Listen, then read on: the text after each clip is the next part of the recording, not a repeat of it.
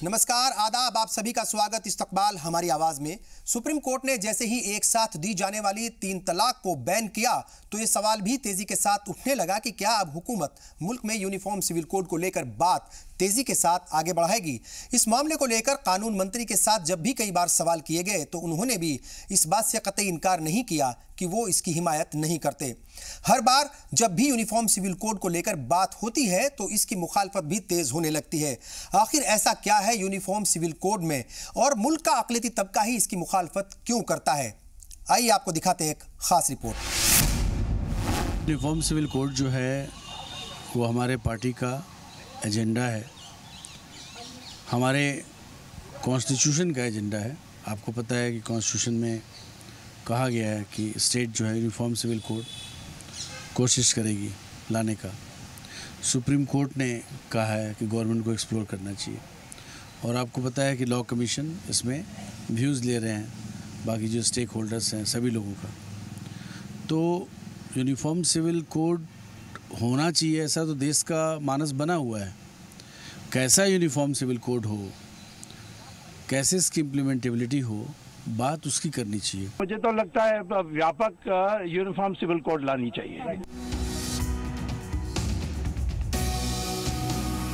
मुल्क की सत्ताधारी पार्टी के नेताओं के ये बयान बताने के लिए काफी है कि बीजेपी यूनिफॉर्म सिविल कोड के मुद्दे पर कितनी संजीदा है और ये पार्टी के सबसे खास एजेंडों में से एक है। 2014 में जब से मरकज में बीजेपी की सरकार बनी तब से रह रहकर यूनिफॉर्म सिविल कोड का मुद्दा खुद ब खुद बहस का मौजू बन ही जाता है। लेकिन एक साथ 3 तलाक के मुद्दे पर जब सुप्रीम कोर्ट ने अपना फैसला सुना दिया और 3 तलाक पर रोक लगा दी तो जानकारों ने ये भी मान लिया कि अब यूनिफॉर्म सिविल कोड के मुद्दे पर फिर से बहस तेज हो जाएगी, क्योंकि तलाक पर आए फैसले से सरकार का हौसला जरूर बढ़ गया है। एक देश एक कानून सुनने में अच्छा लगता है, लेकिन अलग अलग धर्म और अलग अलग तहजीब से भरे हिंदुस्तान जैसे मुल्क में इसे लागू करना क्या मुमकिन है? बार बार ये सवाल भी उठने लगते हैं, क्योंकि अलग अलग मजहब, जाति, रवायतों से सजे हिंदुस्तान जैसे बड़े देश में यूनिफॉर्म सिविल कोड के मुद्दे पर रह रहकर विवाद भी हो ही जाता है। लेकिन सरकार इसको लेकर संजीदा है। ये बात इससे भी साबित होती है कि कई महीनों पहले ही देश के कानून मंत्रालय ने बाकायदा लॉ कमीशन को चिट्ठी लिखकर देश में समान नागरिक संहिता यानी यूनिफॉर्म सिविल कोड लागू करने को लेकर राय मांग रखी है और अक्सर कानून मंत्री इस बात का जिक्र भी कर देते हैं। यूनिफॉर्म सिविल कोड आखिर है क्या? यूनिफॉर्म सिविल कोड का मतलब देश में हर नागरिक के लिए एक समान कानून का होना, फिर भले ही वो किसी भी धर्म या जाति से ताल्लुक क्यों न रखता हो। फिलहाल देश में अलग अलग मजहबों के लिए अलग अलग पर्सनल लॉ है। यूनिफॉर्म सिविल कोड लागू होने से हर मजहब के लिए एक जैसा कानून आ जाएगा। तलाक और शादी जैसे मुद्दों पर भी पूरे देश में एक कानून होगा। इतना ही नहीं, महिलाओं का अपने पिता की संपत्ति पर अधिकार और गोद लेने जैसे मामलों में भी एक समान नियम लागू होंगे। जब जब भी सिविल कोड को लेकर बहस छिड़ती है, मुखालफत करने वाले कहते हैं कि ये सभी मजहबों पर हिंदू कानून को लागू करने जैसा है। समान नागरिक संहिता का मतलब हर धर्म के पर्सनल लॉ में एक रूपता लाना है। इसके तहत हर धर्म के कानून में सुधार और एक रूपता लाने पर काम होगा। यूनिफॉर्म सिविल कोड का मतलब एक निष्पक्ष कानून है जिसका किसी धर्म से कोई ताल्लुक ना हो। लेकिन इस मामले में मुस्लिम तंजीमें लगातार अपनी मुखालफत दर्ज कराती रही है। जो पर्सनल लॉ हैं, जो संविधान ने जो अधिकार दिए हैं माइनॉरिटीज़ को, और वो सिर्फ मुसलमानों को नहीं दिए हैं बल्कि दूसरे मज़हब के लोगों को भी पर्सनल लॉज हैं और ग्रुप्स के भी पर्सनल लॉज हैं। तो ये आहिस्ता आहिस्ता इस बात की कोशिश हो रही है, ख़ास तौर से निशाना मुसलमान है, क्योंकि मुसलमान एक पर्सनल लॉ पर अमल करते हैं और कॉन्स्टिट्यूशनली ये उनका अधिकार है, राइट है। तो ये जो चोर दरवाजे से और रास्ते निकाल कर एक मुस्लिम पर्सनल लॉ को ख़त्म करने और यूनिफॉर्म सिविल कोड को लाने की जो कोशिश हो रही है, ये मैं समझता हूँ ठीक नहीं है और इस इशू का पॉलिटिकल इस्तेमाल नहीं किया जाना चाहिए। ये पूरा पॉलिटिकल इस्तेमाल है इस इशू का और ये मुमकिन नहीं है इस देश में, जो इतनी विविधताओं का देश है, इसमें इतनी डाइवर्सिटी है और ख़ुद संविधान बनाने वालों ने इसका ख्याल रखा है लेकिन अगर कोई गवर्नमेंट के पास, इस पार्टी के पास कोई अगर कॉमन सिविल कोड का कोई दस्तावेज़ है, मसवदा है, तो वो उसे जनता के सामने लाना चाहिए, उस पर पूरे मुल्क में बहस होनी चाहिए।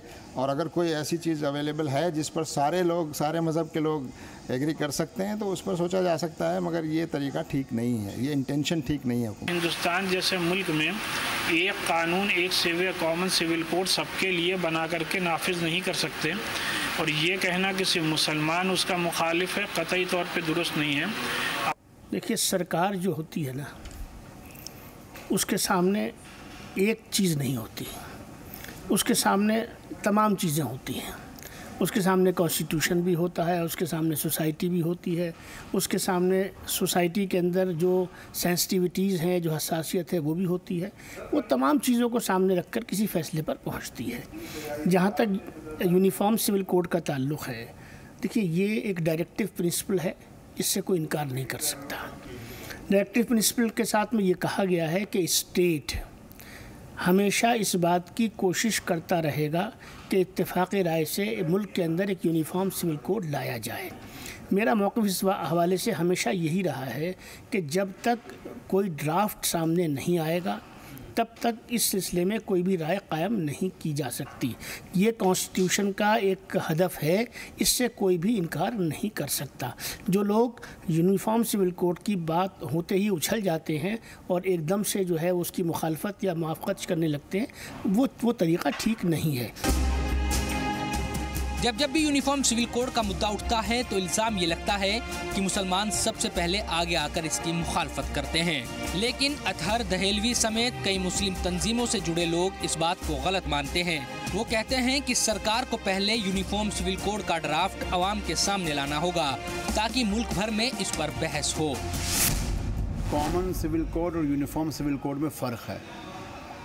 दस्तूर में भी जिस तरह इशारा किया गया वो यूनिफॉर्म सिविल कोड है, कॉमन सिविल कोड का मामला नहीं था। और दूसरी चीज़ के तलाक़ वाले फ़ैसले के अंदर जो है सुप्रीम कोर्ट के 5 जजेज़ ने आर्टिकल 25 चैप्टर 3 की जो है उसके चैप्टर 3 और दफ़ात 12 और 14 की भरपूर हिफाजत की है। यूनिफॉर्म सिविल कोड को जिक्र तक नहीं किया, उसको छोड़ा तक नहीं है। इसलिए हिंदुस्तानी मुसलमानों को ख़दशात में मुब्तला होने की कोई ज़रूरत नहीं है। हम बार बार कहते हैं यूनिफॉर्म सिविल कोड पे हुकूमत कोई भी हो, एक ब्लूप्रिंट लेके आए, तमाम तबक़ात के साथ बातचीत करे, उसमें हम भी शरीक होंगे। यूनिफॉर्म सिविल कोड सिर्फ हमारे से तो वाबस्ता नहीं है। आपके सामने एक तमाम चीज़ें आपके सामने आती हैं कि तहम्मुल के साथ जो चीज़ें होती हैं उसके असरात क्या होते हैं। तलाक़ जैसे अहम मुद्दे पे जब फ़ैसला आया, आप मुझे बताइए कहीं से कोई एक आवाज़, मतलब कोई ऐसी बदअमनी कोई हुई हो या कुछ हो, लोगों ने सुप्रीम कोर्ट का फ़ैसला उसको माना। लेकिन यहाँ जो है वो सो कॉल्ड रूहानी पेशवाओं पे जब फ़ैसले आते हैं, क्या कुछ होता है। 10,000 करोड़ से ज़्यादा की इमलाक को तबाह कर दिया गया, 40 से ज़्यादा जानें चली गई। तो हमारा कहना ये कि हम ना मुश्तइल होते हैं ना किसी से वो है। यूनिफॉर्म सिविल कोड के ऊपर सरकार ब्लूप्रिंट लाए, तमाम तबक़ात को बिठाए समाज के, उसमें हम भी बतौर तब एक पार्टी बैठेंगे। लेकिन ये खाली हमसे वाबस्ता हो या हमसे कुछ होगा, मैं इसको नहीं मानता। इसमें कोई दो राय नहीं कि यूनिफॉर्म सिविल कोड को लागू कराना मौजूदा सरकार के मुख्य एजेंडों में से एक रहा है। लेकिन सरकार इस बात को भी बखूबी जानती है कि बगैर सहमति के इस पूरे मामले में एक कदम भी आगे बढ़ाना बेहद मुश्किल काम है। यही वजह है कि सरकार लॉ कमीशन की सर्वे रिपोर्ट का भी इंतज़ार कर रही है, जो आगे की दिशा तय करेगी। हमारी आवाज में वक्त हो गया है एक ब्रेक का। ब्रेक के बाद आपको दिखाएंगे कि इस मामले में संविधान के जानकार क्या कुछ कहते हैं और क्या भारत जैसे विविधता वाले देश में यूनिफॉर्म सिविल कोड लाना मुमकिन है।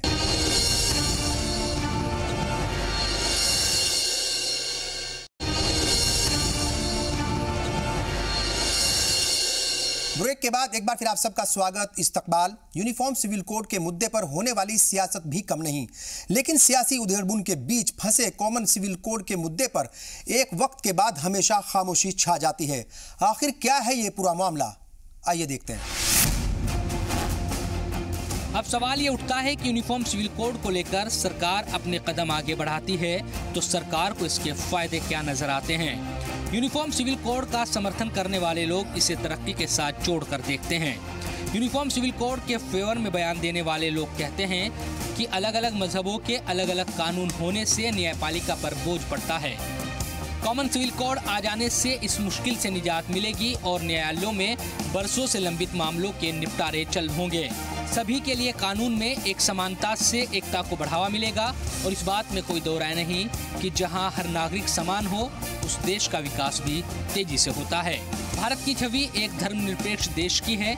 ऐसे में कानून और धर्म का एक दूसरे से कोई लेना देना नहीं होना चाहिए। सभी लोगों के साथ धर्म से परे जाकर समान व्यवहार होना जरूरी है। हर भारतीय पर एक समान कानून लागू होने से राजनीति में भी बदलाव आएगा, या यूं कहें कि वोट बैंक और ध्रुवीकरण की राजनीति पर लगाम लगेगी। देश में यूनिफॉर्म सिविल कोड होना चाहिए और जो लोग इसकी मुखालफत करते हैं वो कॉन्ट्राडिक्टरी स्टेटमेंट देते हैं। मैं यहाँ पे किसी के सेंटिमेंट्स को हर्ट नहीं करना चाहता, लेकिन जो मुस्लिम समाज में यूनिफॉर्म सिविल कोड को लेकर के जो मुखालफत होती है, क्या एक साइड को तो वो सारे हिंदुस्तान के जितने भी फ़ायदे हैं वो लेना चाहते हैं और दूसरी तरफ वो यूनिफॉर्म सिविल कोड की मुखालफत करके क्या बताना चाहते हैं कि हम हिंदुस्तान के बाहर के रूल्स को के मुताबिक अपनी ज़िंदगी जीना चाहते हैं। अब सवाल ये है कि क्या समान नागरिक संहिता लागू होने से अपनी धार्मिक मान्यताओं को मानने का अधिकार छिन जाएगा? संविधान के अनुच्छेद 44 में यूनिफॉर्म सिविल कोड का पक्ष लिया गया है, लेकिन ये डायरेक्टिव प्रिंसिपल है, यानी इसे लागू करना या ना करना पूरी तरह से सरकार पर निर्भर करता है। गोवा में कॉमन सिविल कोड लागू है। दूसरी तरफ संविधान के अनुच्छेद 25 और 29 कहती है कि किसी भी वर्ग को अपनी धार्मिक मान्यताओं और रीति रिवाजों को मनाने की पूरी आज़ादी है।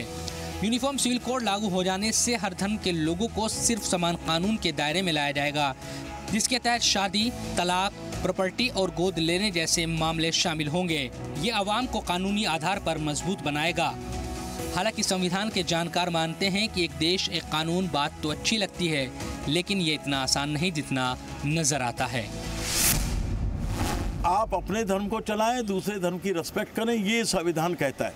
इसका मतलब खुद की बात अपनी रखो, दूसरे की सुनो, म्यूचुअल टॉलरेंस रखो, ये हमारा संविधान कहता है। तो इसलिए इक्वलिटी का सबको बराबर का अधिकार है। अगर हम किसी को कहते हैं कि आपके धर्म में सर फोड़ने का अधिकार है तो फिर हमें सभी को देना पड़ेगा, वो संभव नहीं है। तो इसलिए कोई भी अधिकार जो है एब्सोल्यूट नहीं है, उस पर पाबंदी हो सकती है कि सरकार को इसमें मुश्किलें आएंगी, क्योंकि यूनिफॉर्म सिविल कोड की जब आप बात कर रहे हैं, इसका मतलब सभी की मैरिज का तरीका एक सा होना चाहिए, डिवोर्स का तरीका एक सा होना चाहिए, वो चीज़ थोड़े मुश्किल है और उससे ज़्यादा जीवन प्रभावित भी नहीं होता। बल्कि हम तो ये कहते हैं कि जो पब्लिक ड्यूटीज़ हैं, कॉन्स्टिट्यूशन में कोई ड्यूटीज़, फंडामेंटल ड्यूटीज़ दी गई है, उसकी बजाय अगर फंडामेंटल ड्यूटीज़ को लागू कर दिया जाए जो अभी तक नहीं किया गया, सरकार उस पर फोकस करे तो सबका ज़्यादा कल्याण होगा। उठती रही हैं विरोध की आवाज़ें। ऐसा पहली बार नहीं है जब देश में हर समुदाय के लिए एक जैसा कानून और नियम लाने की बात और उस पर विरोध हुआ हो, बल्कि वक्त वक्त पर ये होता आया है। जब जब इस नियम की चर्चा किसी भी सरकार या पार्टी ने छेड़ी है, अलग अलग तबकों से विरोध की तलवारें चली है। 1951 में भी जब B.R. अम्बेडकर और तत्कालीन प्रधानमंत्री जवाहरलाल नेहरू ने हिंदू समाज के लिए हिंदू कोड बिल लाने की कोशिश की, तो न सिर्फ इसके खिलाफ आवाजें उठी, बल्कि सिर्फ एक धर्म विशेष के लिए ऐसा कानून लाए जाने पर भी सवाल उठाए गए। इसको लेकर विवाद पहले भी गर्मा चुके हैं। ऐसे में कई लोग ये चाहते हैं कि यूनिफॉर्म सिविल कोड पाए, लेकिन जबरदस्ती नहीं। ये पूरी बहस होनी चाहिए और उसमें थोड़ा सा ऑप्शन भी दिया जाए कि कॉमन सिविल कोड ये है भैया और तुम्हारा पर्सनल सिविल कोड ये है, और इंसान को दोनों तरफ आज़ादी होनी चाहिए, या तो इसका इस्तेमाल मैं कर लूँ या उसका इस्तेमाल कर लूँ। फ्लेक्सिबिलिटी रहनी चाहिए, जो जिधर जाना चाहे, जहाँ उसको लगे कि मुझे ज़्यादा बराबरी मिलती, ज़्यादा हक मिलते हैं। इस सब के बीच हिंदू संगठन यूनिफॉर्म सिविल कोड की वकालत करते रहे हैं। विश्व हिंदू परिषद की तरफ से कहा जा रहा है कि आज ये हिंदुस्तान की ज़रूरत है, तभी देश तेजी के साथ तरक्की कर सकता है। कोई भी देश दो कानून से नहीं चलता है। ये गरीब का कानून है, ये अमीर का कानून है, ये मध्यम का कानून है, ये इस धर्म का कानून है या उस धर्म का कानून है। इस प्रकार से कोई भी देश नहीं चला करता है। हर देश में सभी को समान अधिकार मिलते हैं वो किसी प्रकार के भी कानून हो, किसी प्रकार की भी सुविधा हो, किसी प्रकार की भी उनका समता समानता की जो हम बात करते हैं, तो समता समानता तभी आएगी जब संविधान में सबके लिए एक प्रकार का न्याय होगा। चाहे वो शिक्षा को लेकर के हो, चाहे वो स्वास्थ्य को लेकर के हो, चाहे वो नौकरी को लेकर के हो, चाहे जीवन उन्नयन का मामला हो, यानी हर जगह एक कानून होगा तभी देश में समता समानता आ सकती है। यूनिफॉर्म सिविल कोड का जब जब भी जिक्र होता है सियासी तौर पर हंगामा भी शुरू हो जाता है। मुश्किल ये है कि कुछ लोग बगैर कुछ सोचे समझे ही इस पर हंगामा करते हैं, जिससे उन लोगों का मकसद पूरा हो जाता है जो इस पर हंगामा ही चाहते हैं ताकि इस पर सियासत की जा सके।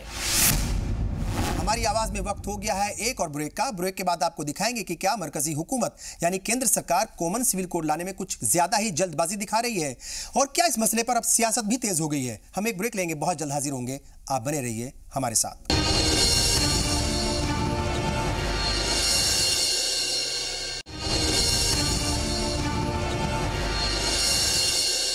ब्रेक के बाद एक बार फिर आप सबका स्वागत, इस्तकबाल। दरअसल मामला यह भी है कि अब तक कॉमन सिविल कोड का कोई ड्राफ्ट सामने ही नहीं आया जिस पर कोई बहस हो सके या इस मुद्दे पर कोई राय कायम की जा सके। हालांकि सरकार इस बात को भी कह रही है कि बगैर किसी को बताए कॉमन सिविल कोड को यूं ही लागू नहीं किया जा सकता। इस पूरे मामले में बहस लंबी है। यही वजह है कि इस मामले में अवाम की राय जानने के लिए लॉ कमीशन ने कुछ सवाल भी रखे थे, जिन पर लोगों ने अपनी राय भी दी। कमीशन ने जो सवाल पूछे थे उनमें पूछा गया था कि क्या यूनिफॉर्म सिविल कोड में पर्सनल लॉ और प्रथाओं को शामिल करने से लाभ होगा? क्या यूनिफॉर्म सिविल कोड से लैंगिक समानता सुनिश्चित होगी? क्या यूनिफॉर्म सिविल कोड को वैकल्पिक किया जा सकता है? क्या बहुविवाह प्रथा, बहुपतिव्रता, मैत्री करार आदि को खत्म किया जाए या फिर रेगुलेट किया जाए? क्या यह तय करने का उपाय हो कि हिंदू स्त्री अपने संपत्ति के अधिकार का प्रयोग बेहतर तरीके से करे जैसे पुरुष करते हैं? क्या इस अधिकार के लिए हिंदू महिला को जागरूक किया जाए और तय हो कि उसके सगे संबंधी इस बात के लिए दबाव न डाले कि वह संपत्ति का अधिकार त्याग दे? क्या तमाम पर्सनल लॉ में उम्र का पैमाना एक हो?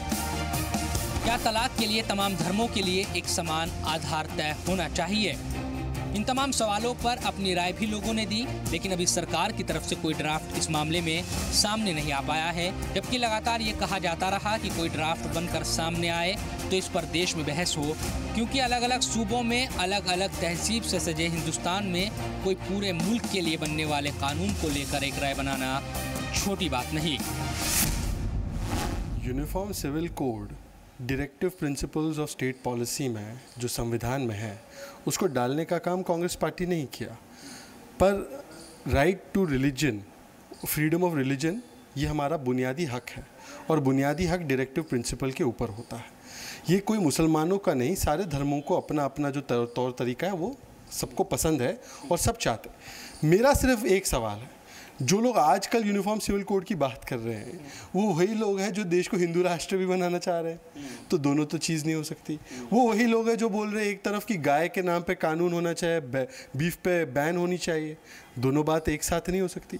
तो जो भी ये प्रस्ताव रख रहा है आजकल यूनिफॉर्म सिविल कोड लाने का, तो मैं उनसे दो चीज़ कहूँगा कि आप गाय के कानूनों को ख़त्म करो, आप बीफ के कानूनों को ख़त्म करो, और आप जो इनकम टैक्स एक्ट में हिंदू अनडिवाइडेड फैमिली है या कई ऐसे कानून हैं जिसमें एक धर्मों को ज़्यादा प्रावधान दिए गए हैं, उनको ख़त्म करने का जो है प्रस्ताव भी सामने रखो, तब यूनिफॉर्म सिविल कोड की आप बात करो। संविधान में डालने का काम तो कांग्रेस ने किया है। ये बात सच है कि सरकार पूरी कोशिश में है कि यूनिफॉर्म सिविल कोड को लेकर बात आगे बढ़े और इसी को लेकर लगातार बातें होती भी रही, लेकिन सरकार इस मामले में कोई जल्दबाजी नहीं करना चाहती। सरकार की तरफ से कहा जा रहा है कि ऐसा नहीं कि यूनिफॉर्म सिविल कोड को ऐसे ही लागू कर दिया जाएगा, बल्कि उसका ड्राफ्ट होगा, लोगों के बीच बहस होगी, चर्चा भी की जाएगी। बहुत कन्फ्यूज़न खड़ा किया गया है यूनिफॉर्म सिविल कोड को लेके। एक ये समझाया जाता है कि यूनिफॉर्म सिविल कोड का मतलब ये है कि आप नमाज आपकी बंद हो जाएगी, रोज़ा आपका बंद हो जाएगा, मस्जिदों से अजानें बंद हो जाएंगी, या और भी जो धार्मिक लोग हैं उनके धर्म के जो काम हैं वो बंद हो जाएंगे। बिल्कुल ये भ्रम भी है और दुष्प्रचार भी है। जो लोग जिनके धार्मिक काम हैं, जो लोग और भी अपने काम करते हैं, उनमें किसी तरह की कोई यूनिफॉर्म सिविल कोड उसको थोड़ी रोक देगा। एक चीज़। दूसरी चीज़ ये कि यूनिफॉर्म सिविल कोड कि कोई ऐसा भी नहीं है कि uniform civil code Skylab की तरह आगे गिर जाएगा। अगर इस दिशा में कभी कोई भी, क्योंकि कॉन्स्टिट्यूशन ने कहा है कि जो सरकारें हैं, जो सरकार है केंद्र की, उसको जो है यूनिफॉर्म सिविल कोड की दिशा में आम सहमति बनाने की दिशा में आगे बढ़ना चाहिए। ये कॉन्स्टिट्यूशन ने, संविधान ने कहा है, संविधान के निर्माताओं ने कहा है, ये बीजेपी ने नहीं कहा है। तो इसलिए जो है वो अगर कोई आम सहमति बनाने की जब भी होगा तो उसमें आम सहमति बनेगी, रायशुमारी होगी, लोगों की सहमति के साथ ही जो है वो कोई ड्राफ्ट बनेगा और उस पर राष्ट्रीय बहस होगी। इसलिए हमें नहीं लगता कि इसमें कोई बहुत ज़्यादा बात का बतंगड़ बनाने की ज़रूरत है। एक तरफ जहां भारत में सभी धर्मों को एक समान कानून के तहत लाने पर बहस जोरों पर है, वहीं दूसरी तरफ पाकिस्तान, बांग्लादेश, मलेशिया जैसे कई देश इसे लागू कर चुके हैं और वहां ये काफ़ी प्रभावी भी है। मुश्किल इस बात की है कि जब भी किसी कदम को आगे बढ़ाया जाता है तो रिएक्शन जल्दी होने की वजह से विवाद बढ़ता है। कॉमन सिविल कोड की बात भी कुछ ऐसी ही नजर आती है। जब भी इसको लेकर बात हुई, रिएक्शन देने वालों की लाइन लंबी होती चली गई। ये बात सरकार भी जानती है कि हमारे मुल्क में यूनिफॉर्म सिविल कोड का मसला इतना आसान नहीं, क्योंकि किसी भी धर्म के कानून या फिर रीति रिवाजों में कोई भी मुदाखलत पसंद नहीं करता। लेकिन अगर ऐसा कोई मसौदा तैयार होता है तो फिर इस पर बहस करने में भी कोई हर्ज नहीं। अलग अलग मजहब और तहजीब का मुल्क है हमारा देश हिंदुस्तान। यकीनन किसी को भी अपने मजहब और तहजीब में दखलंदाजी पसंद नहीं होती। ऐसे में अगर सरकार यूनिफॉर्म सिविल कोड को लेकर वाकई संजीदा है तो ना सिर्फ इस पूरे मामले में सबको विश्वास में लेना होगा, बल्कि इस पूरे मसले पर एक राय भी बनानी होगी। अलग अलग मजहब और तहजीब के साथ आगे बढ़ने वाले हिंदुस्तान के लिए कॉमन सिविल कोड आसान तो नहीं है, इस बात को हुकूमत भी समझती है। लेकिन कुछ मामलों में चर्चा होने के बाद आम सहमति बनाने में भी कोई बुराई नहीं है। ऐसे में सरकार जब कॉमन सिविल कोड को लाने की बात करती है तो यकीनन जनता के सामने पहले कोई ड्राफ्ट लाना भी ज़रूरी है और इस पर सार्थक बहस होना भी बेहद ज़रूरी है ताकि आम सहमति बनाई जा सके। बहरहाल हमारी आवाज़ में वक्त हो चला है आपसे विदा लेने का। मेरी पूरी टीम को दीजिए इजाज़त। आदाब, नमस्कार।